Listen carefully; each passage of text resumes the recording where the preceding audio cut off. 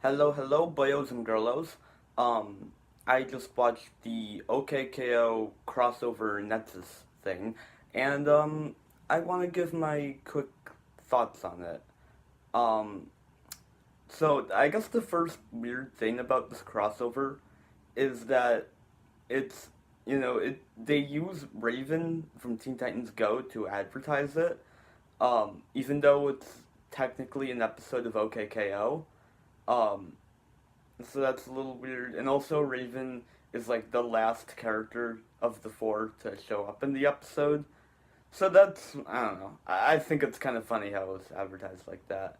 Um, I guess I'll actually just give my opinion on all four of these shows. Because I really don't have an opinion on much of them, or I guess two of them really. OKKO is the only one that I'm really interested in, though I do need to catch up on it, but it is a good show, and I do enjoy it. Steven Universe, I've talked about before, I think is a good show, but not my cup of tea personally, but, good show. Teen Titans Go, I actually haven't watched in like maybe a year, maybe more. Um, I mean, it's been talked about to death. I think it's a bad show. Not the worst thing in the world, but I think it's over talked about, and I'm not really gonna say much more about it. And Ben 10, the new one, I've only seen a couple episodes of, and I don't think I've seen. I watched a couple episodes of the new one with my friend, and it was pretty bad. But I haven't seen any of the other Ben 10 shows, so maybe they're better. Um, so yeah, this crossover is interesting. Um, and I feel a bit meh on it. Like, there are some parts I like, some parts I'm kind of on. But it is interesting, and I'm glad that Cartoon Network is taking risks like this because this sort of stuff, even if it isn't always good, it's always interesting. And this is a very interesting concept.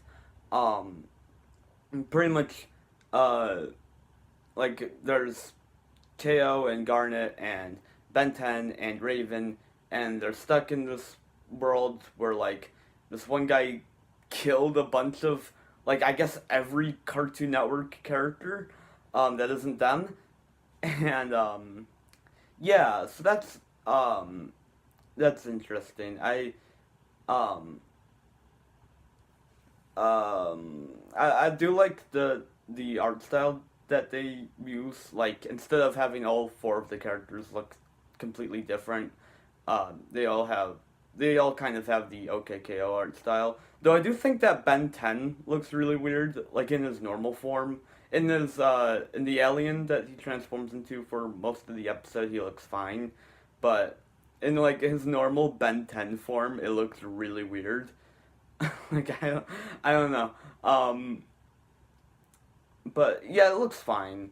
Um, um, I think that it is kind of dark where like every Cartoon Network character is killed, and like they showed the stupid the Secret Mountain Fort Awesome thing, and I think KO or someone comments on like how ugly he is, and they showed the stupid thing from Problem Solvers too.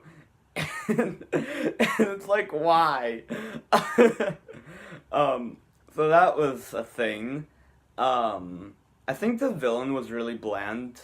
Like, I know he's supposed to be a one-off villain, so he's not supposed to be super interesting, but like, he's just the generic, oh, I want to kill everyone for no reason guy.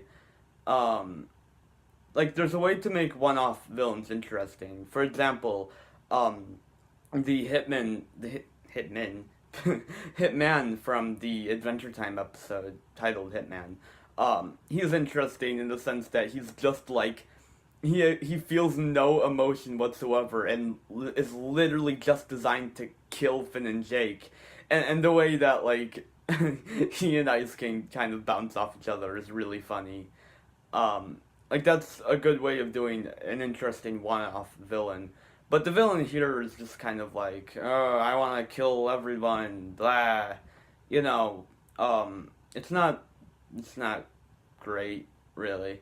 Um, in terms of comedy, there were a few things I laughed here. KO has a few good lines. I didn't laugh at any of Ben 10's lines. I just no. I do. There is the one joke where like they're all going back into their dimensions, and for Raven, above her portal, it shows the logo for the original Teen Titans, and then she's like, "Whoops," and then turns it to Teen Titans Go. I thought that was kind of funny. Um, but yeah, it wasn't a super funny episode. There weren't that many jokes that I loved. I'd say probably my favorite scene in the episode is where Ben 10, he can basically transform into like all of the Cartoon Network characters, and then like it shows him like up to punch the bad guy, and he turns into just like a bunch of different Cartoon Network characters, and it's a really cool scene. Um, I really like that. Um, and also they get the voice actors too. Like when he transforms into Jake, it has John DiMaggio voicing Jake. So that's really cool. Um, and what else do I have to say? I don't know. That might be it. Oh, I do think that it was kind of rushed. Like when I don't know, like we start right with them in the dimension that they're in, and like the bad guy is trying to kill Garnet and Ben 10, and like they kind of explain it, but I don't know. It felt too fast for me. I think this should have been a 22-minute episode instead of 11-minute episode, because it just goes by a little too fast, and it feels like I don't know. It feels like that they should have more time to establish what's going on.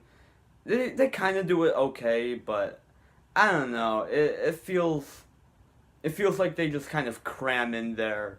They have to just cram everything in there instead of it just kind of coming out naturally. Um, and the ending was nice too. I liked the ending. Yeah, those are my thoughts on this. Overall, pretty okay. I'd give it like 6 out of 10, maybe. I'm not that great at rating things out of 10. But it was okay. I'd like to see Cartoon Network do more stuff like this, because this is very interesting. And while I didn't love it, I was never bored with it. It was interesting. And yeah, I do recommend it. It's only 10 minutes. It's not gonna waste that much of your time. And it's a neat little crossover. Not amazing, but it's okay. Um, so yeah, I'll see you guys next time. Probably with creepiest Gumball episodes. And yeah, Kirby out.